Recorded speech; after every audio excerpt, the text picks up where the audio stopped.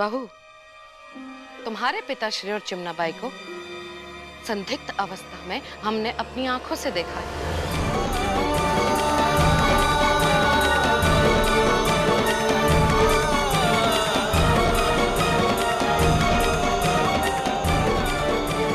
क्या बोल रही है? सत्य कह रहे हैं। इस घटना ने हमें बता दिया है कि तुम लोग किस परिवार से आए हो।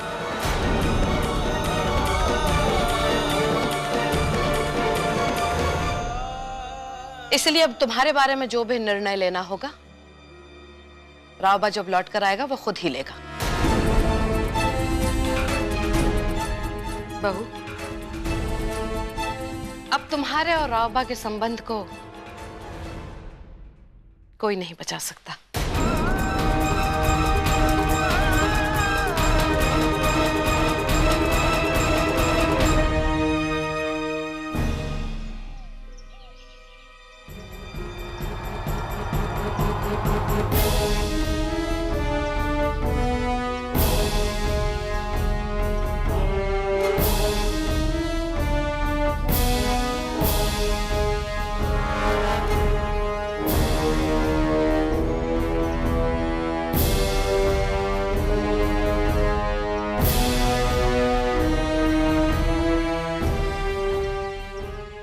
क्या बात है गुरुजी महाराज, अवश्य कोई चिंता का विषय।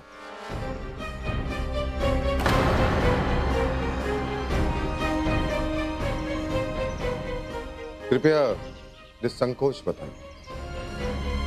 हमने हमारा संपूर्ण जीवन षड्यंत्रों के बीच जिया, इसलिए अनिष्ट की आशंका हमें भयभीत नहीं करती। नहीं महाराज, यह अनिष्ट झांसी का भविष्य प्रभावित कर सकता है।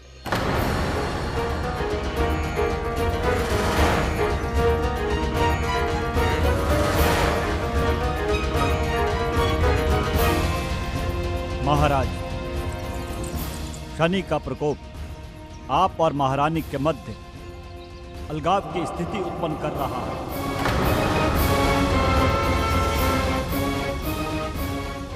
और आपकी कुंडली में राहु की महादशा के कारण राजा और प्रजा के बीच भारी विद्रोह की स्थिति निर्मित होगी।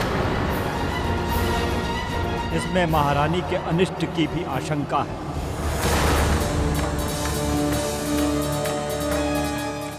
रघुनाथ जी महाराज, किले तक संदेश पहुंचाओ कि महारानी की सुरक्षा व्यवस्था दुगनी की जाए, विशेष तौर से उनका कक्ष। जो आज्ञा महाराज। महाराज, महारानी के कुंडली में सप्तम भाव के अंदर मंगल की स्थिति ये दर्शा रही है आपके प्रति अत्यंत श्रद्धालु व्यक्ति से खोया हुआ धन प्राप्त होगा। क्षमा कीजिए महाराज, हमारे और महारानी के अलगाव से बचने का कोई उपाय?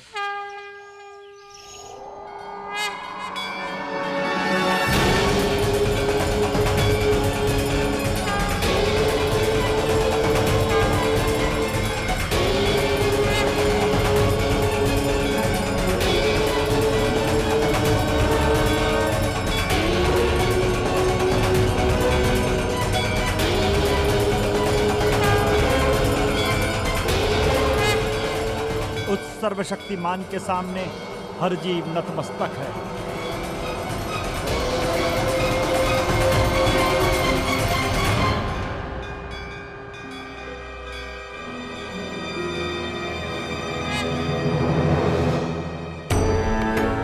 हरिओम। मैं आपका मंतव्य नहीं समझा। आयशा जी, आप कहना क्या चाहती हैं? तात्या, हम कहना नहीं चाह रहे, दिखाना चाह रहे।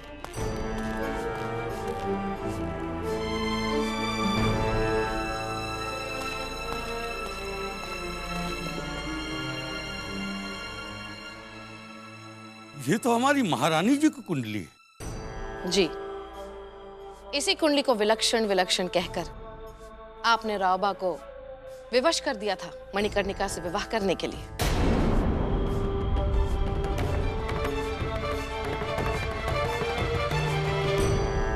आयशा जी, इस कुंडली को संसार के किसी भी ज्योतिषाचार्य को दिखाइए, वे भी यही कहेंगे।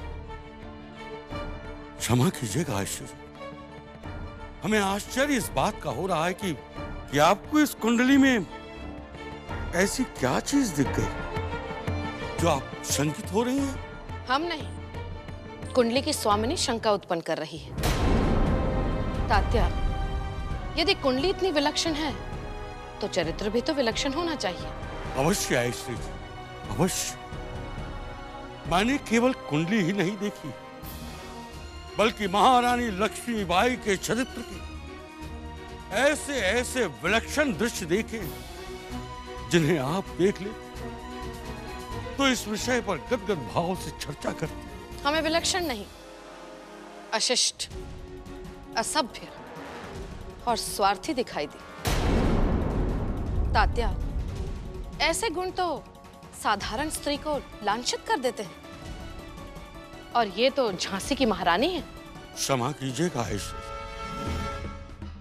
हमारी महारानी जी ऐसे परिवार से आई हैं जिनके विद्वत्ता की चर्चा काशी से लेकर बटुक तक होती है, और मोरोपंत जी के सम्मान को। हाँ, क्यों नहीं तात्या, ऐसे विद्वान और प्रकांड पंडित की चर्चा अब तो झांसी में भी शुरू हो गई है।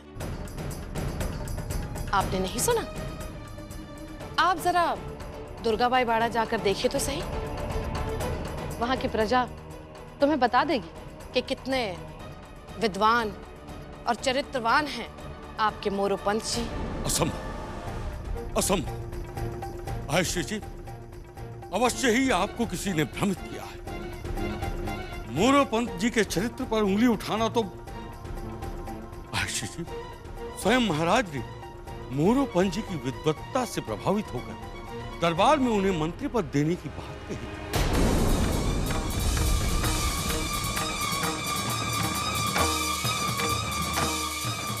आने दो रावबा को। हम तब तक प्रतीक्षा नहीं कर सकते, हम अभी जाएंगे। आखिर जमुना के साथ ऐसा क्या हो गया कि उसका नाम हमारे बाबा के साथ? नहीं, नहीं, इस बात की सच्चाई हम मालूम करके रहेंगे अभी। महारानी साहब, महारानी साहब, यदि आपने यहाँ से कहीं जाने की चेष्टा की तो अवश्य हम सबको दंडित कर देंगे, और महाराज को पता नहीं क्या क्या उल्टा सीधा बताए। बताने दो सुंदर, तुम चिंता मत करो, सत्य हमारे साथ है। महाराज हमारे पति हैं, वो बहुत ही न्यायप्रिय हैं। हमें पूरा विश्वास है वो सच्चाई का साथ देंगे और हमारे साथ न्याय करेंगे। वो अवश्य हमारा विश्वास करेंगे, क्योंकि हम जो कुछ भी करेंगे अपने बाबा के मान सम्मान को बचाने और सच्चाई सामने लाने के लिए करेंगे। आप जैसा कहे महारानी, परंतु कुछ नहीं होगा सुंदर, चलो हमारे साथ। महारानी।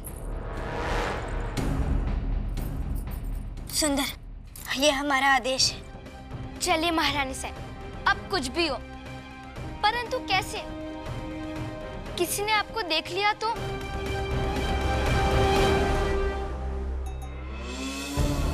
उस सर्वशक्तिमान के सामने हर जीव नतमस्तक है। हम आपको आशीर्वाद स्वरूप ये भेंट करते हैं।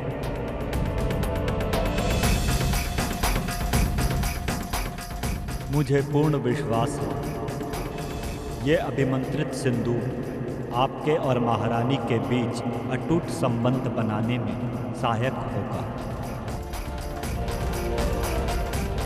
महाराज, यात्रा की तैयारी पूरी हो चुकी है, अब हमें प्रस्थान करना चाहिए। आयश्री,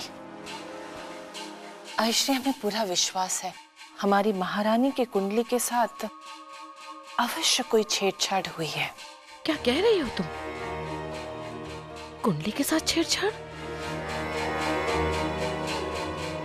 तात्या जैसे पंडित इस बात को भांप लेते? आयश्री, आप कुछ भी कहिए, पर कोई ना कोई रहस्य अवश्य है। आयश्री, आप स्वयं सोचिए, क्या आपने कभी भी किसी दुल्हन को गठबंधन के समय काट जोर से बांध दीजिए ऐसा कहते हुए सुना है। पंडित जी, कार्ड जरा कस कर बांधिएगा। आयश्री, कोई भी गांठ इतनी मजबूती से नहीं बांधी जाती कि उसे खोला न जाए।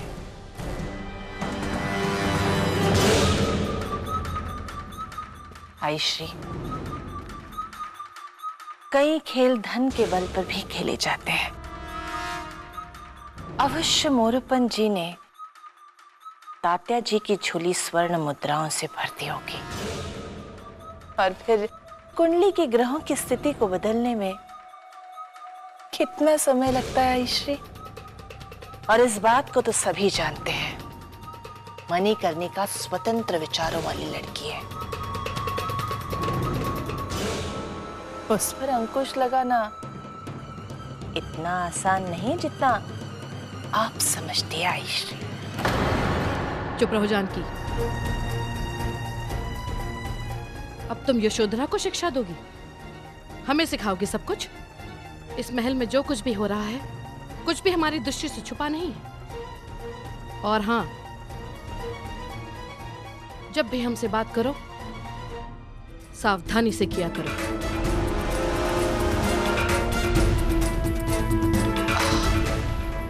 हम तो बस आप ही के हित की बात। हमारे हित की मत सोचो, अपने हित की सोचो, जो अब तक करती आई हो।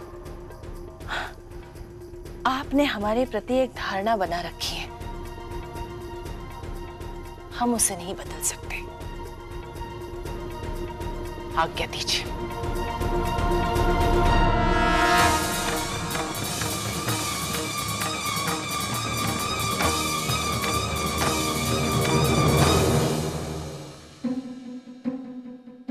आयश्री, आपको क्या लगता है जानकी बाई तात्या जी के बारे में सही कह रही थी? मैत्री, तात्या जैसे पंडित से ऐसी आशा तो नहीं की जा सकती।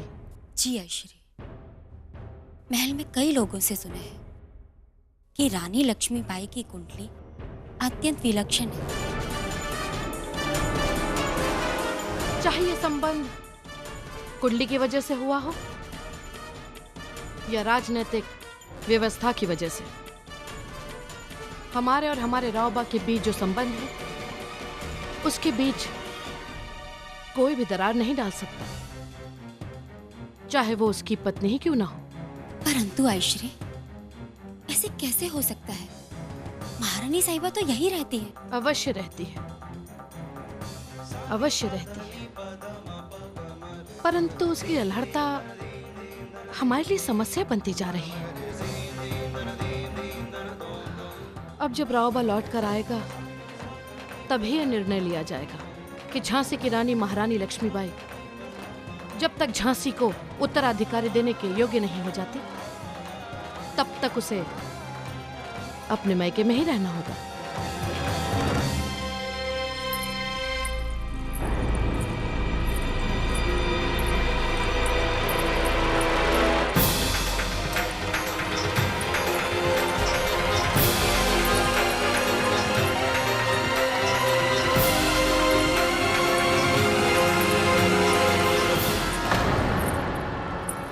लड़की,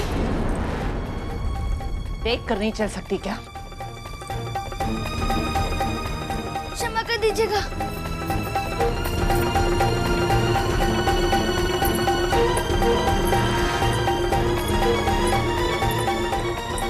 रुक जाओ।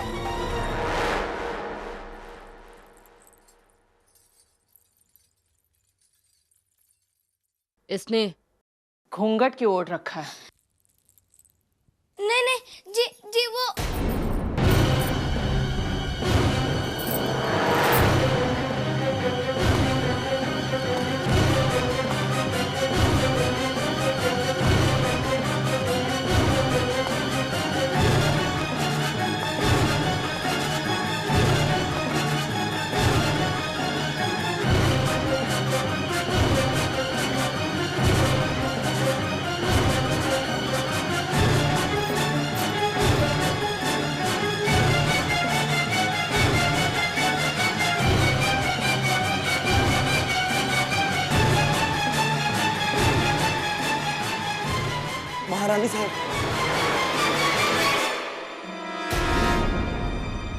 क्या है?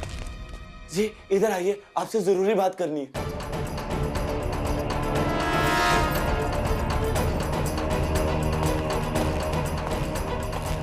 बोलो। महाराज गंगाधर राव मठ से प्रस्थान कर चुके हैं और महल की तरफ कभी भी आ सकते हैं।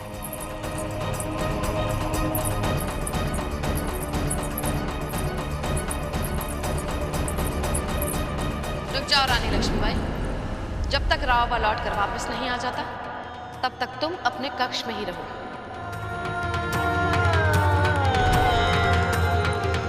तुम्हारे पिता श्री और चिमनाबाई को संदिग्ध अवस्था में हमने अपनी आंखों से देखा है।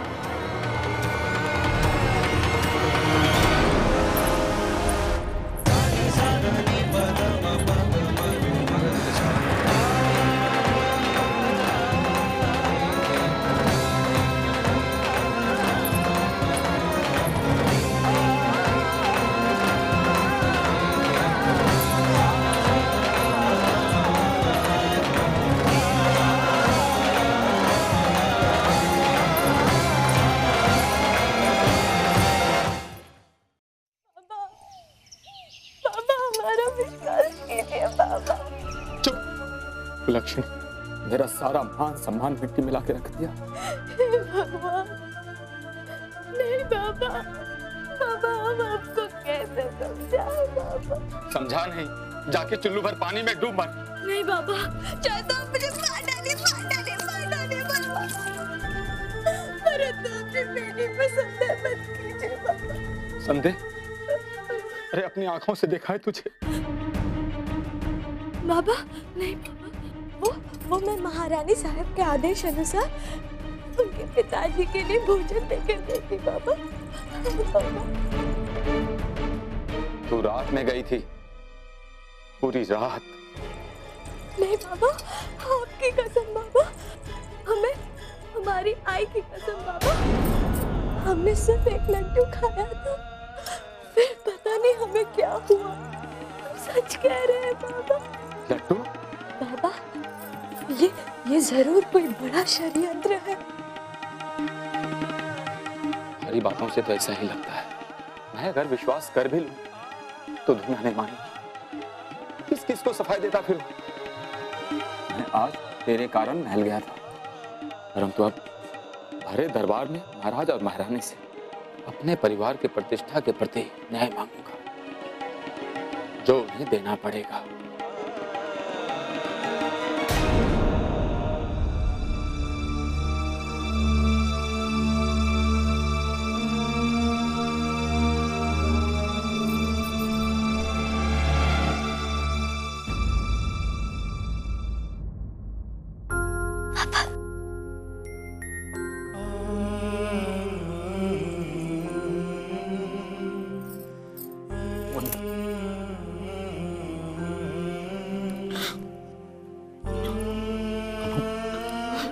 भोजन क्यों भेज दिया तूने?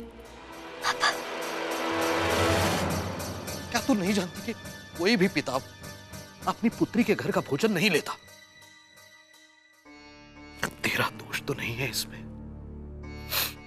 क्या करें? नियति हमसे कुछ खेल खेल रही है, कुछ अच्छा करती है,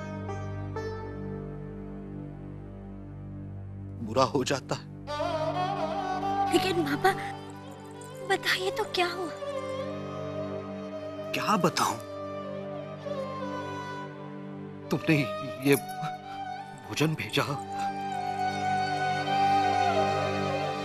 मैंने एक लड्डू खाया,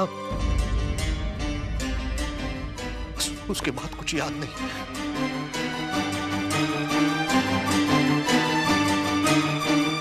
महारानी जी, महाराज मठ से वापस आ गए, महल पहुंचते ही होंगे। जाओ जाओ बेटे, फिर कहीं कुछ अनिष्ट न हो जाए। जाओ जाओ।